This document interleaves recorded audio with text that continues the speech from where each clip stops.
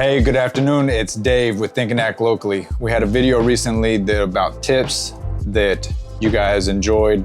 So I have Quay here. He is a server. Yeah. So we thought we might have a conversation about tipping and tipping culture and serving and all of this stuff. So Quay, yes, sir. You want to say something? You want to introduce yourself or have anything to say to start off? Yeah, I'm Quay. You know, I be serving, bartending.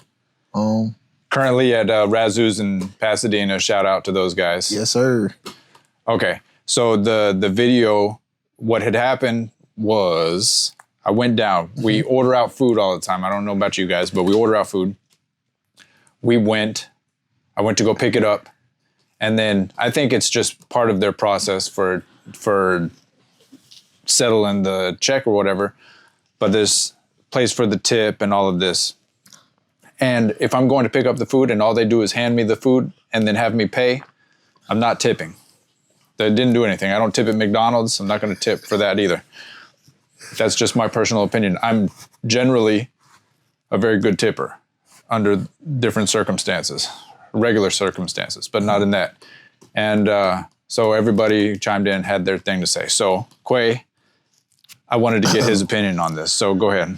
What you think? I think this is a very big conversation, not just to-go tipping or eating in and serving tipping. I think I think it's a lot bigger than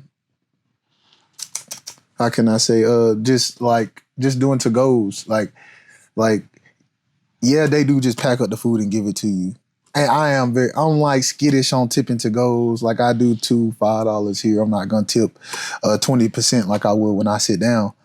But it is a lot of prep work into goes. Like you wouldn't know that as a consumer, and I don't expect people to know that. Like when and if I was to do to goes again, I wouldn't really be expecting people to tip. You know, it's like they get full service. You know, you just say hi and bye and hand them their food. But on the to-go end, it is a lot of prep work that go into it. They do take less money because they do get tips. That's the thing about the service industry.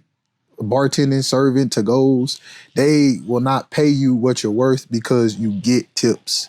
So when the guests come in and they don't tip, you don't get paid. Like me as a server, I make $2.13 an hour.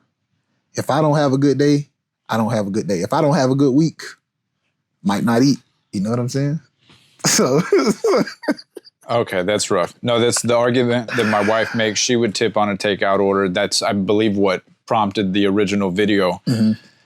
And she would say, too, that there's a lot of stuff that goes into it. And then, too, that through the tips, the rest of the team in the restaurant also gets paid off of your tips. Is that also? So it depends on the restaurant, but so like let's say Razoo's, I tip out 3%, 1% to the bartender, 1% to host, and 1% to bussers.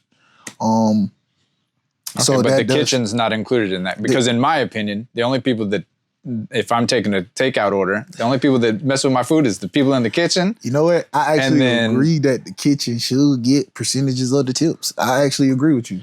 Because my opinion is this. I don't like, and this is the argument that I have with my wife too, is that I don't like the way the restaurant industry handles their finances. I've never owned a restaurant. I understand that it's a very difficult business. However, their business model is different from every other business. I don't get tips in my job, okay? My guys, we're in construction. They're not getting tips from the GC if we're a sub on a job. You know, they're not going around giving tips.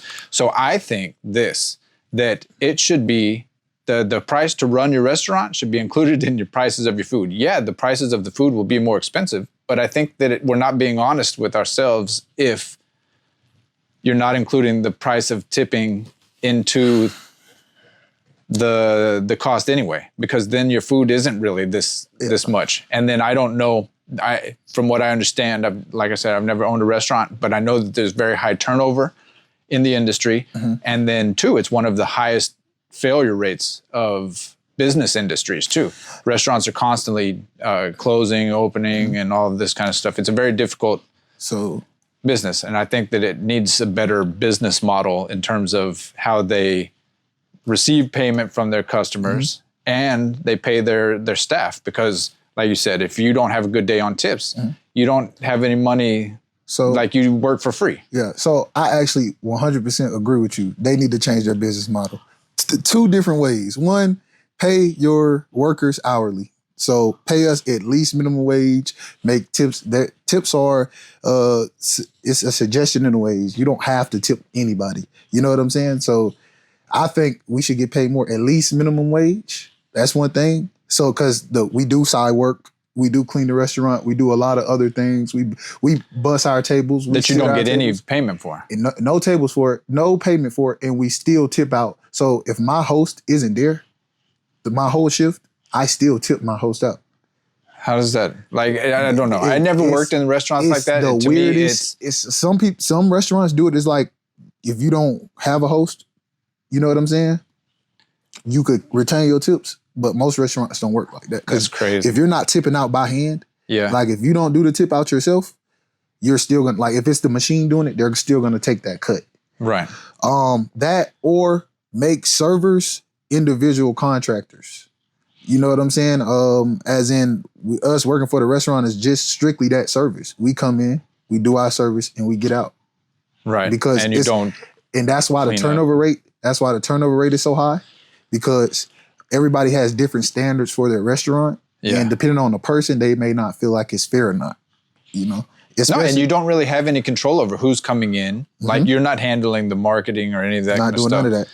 And yet you're the ones that's being punished because if something doesn't go well. Supposedly, I guess the cost of the food and the restaurant and everything is all in the food to run the restaurant. Yep. And then just the payments for the servers and whoever else is on the tips. It just doesn't seem, I don't know. I think that we need to rethink that.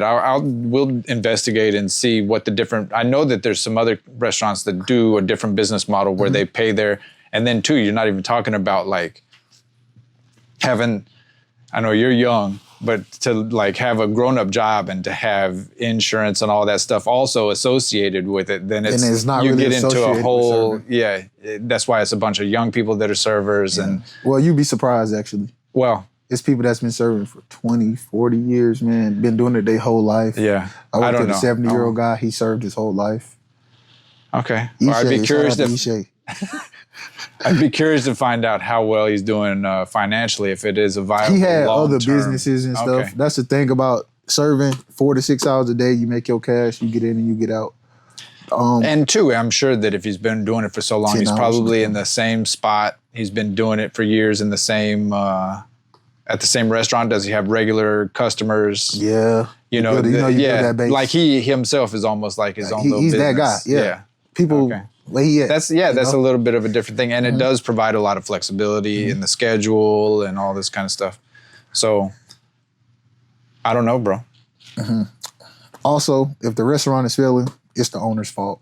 One said it's marketing, and customer service. If you do not have a high retaining rate with good servers and you treat them like they're nothing, they're going to move on because they know they're worth. I'm not going to sit around and take no BS. I'm going to get out of there. You know what I'm saying? Because I know I'm going to make money anywhere I go.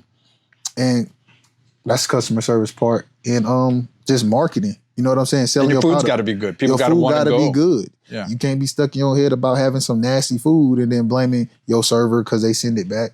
Like the way the food comes out, if it's cold, if it tastes good, like all of these things matter to people if they gonna come back into your restaurant or not.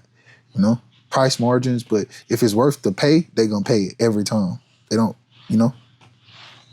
They're gonna smile. And the business is gonna make money. They're gonna make money selling their food. I might not make money as a server. Yeah. You know, the person might not tip. But if we got a regular client that comes in, you know what I'm saying, every day to eat the same thing, you're gonna get that money off that person. The business is gonna make money. I'm not, but yeah. You know. I don't know. That's crazy. Okay. Well, you got anything else to say? Tap. I'm good. Good. All right, well, tip your servers. Yes. It's your choice. It's your choice to tip on the to-go orders, but it would be greatly appreciated. In this economy, it's hard for folks out here. Restaurant owners, I think a conversation is worth having to figure out a better way to, a better business model. Because I don't think that this way is working.